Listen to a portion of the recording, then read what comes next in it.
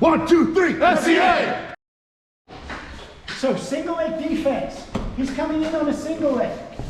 If he's kind of sloppy and doesn't pin my foot well, first thing I'm going to do, circle this foot to the outside. Second I've got this foot to the outside, I've got a lot of options. If he's loose, I'm just going to kick out one. But he's a little bit tighter, I'm going to go for my whizzer and I'm going to push his head away from me. Make some space. I'm going to get deep and push with my head. Now that my head's in this space, I can control the arms and just kick down. Now that I'm kicked down here, I'm in a beautiful situation to just stretch this leg, dump him on the ground. So that's a nice, easy start move.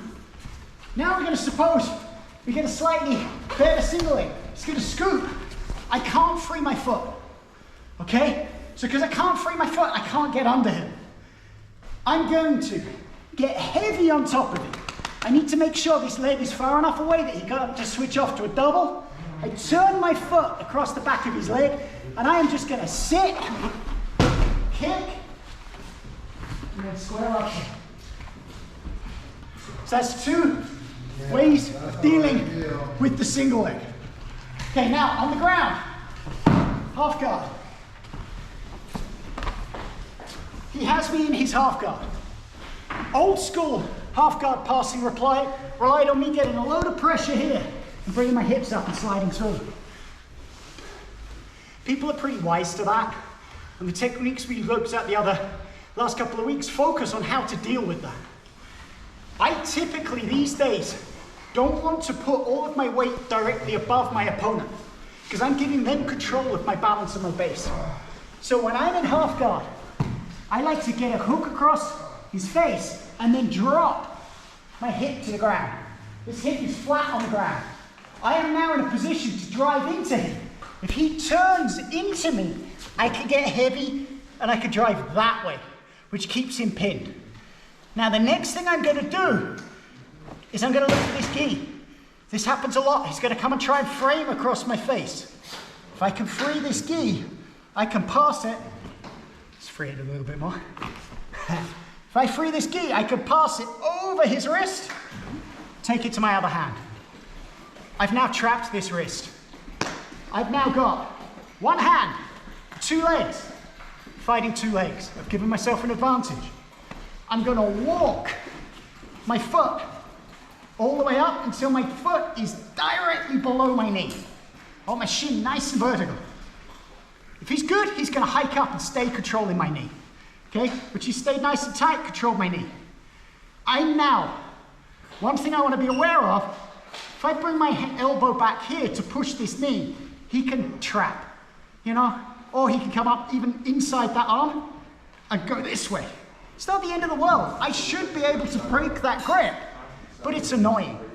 And it gives him some opportunity to kind of work. So typically, I'm going to try and push with my elbow, which keeps it out of range for his hand. The push is I kick my leg straight and push. That's the push. And at that point, I've cleared my knee. Now, I've got three major options from here. I could drop this knee to the ground. I'll go to mount that way. He's going to have corner guard, which I'm going to have to deal with to clear. The second option, I can bring this knee through across his hip and use that as a brace to clear my foot. Or third option, I can switch to an underhook on this side, slide my knee across, a running man out. So I got three ways of clearing from there. One final thing that I've got here with this grip in here is I have a beautiful setup. I swim my hand through and I can go straight to a choke there, which is a nice way of finishing this, okay? Now, if, going back all the way back to the beginning, I'm here, I go for this and I miss it. He punches that arm straight, no problem. I'm just gonna pass that all the way around, get a nice deep grip. My main focus is trapping this shoulder to the ground. I can use all the same, obviously I now don't have the choke, but I have pretty much the same control. I've got to worry about this hand a little bit, but because this is trapped up here, I'm working down here, reach down to your knee. You kind of can't reach. So this battle is out of reach for him. He's gonna dick around, he's gonna push my face, he's gonna be a little bit annoying, but I'm not losing too much sleep about that. Okay, now final pointer. If we go in no gi, see I can't use this gi to trap. I like to go either here, underneath the armpit, drop that pressure, or if I can, go over and clutch into the armpit there. From there, I can put a lot of pressure on his neck here. There was a Frank Mir versus Brock Lesnar UFC fight. Brock Lesnar got Frank Mir into this position, pulled him around to here, and just bellied the crap out of him with this free hand.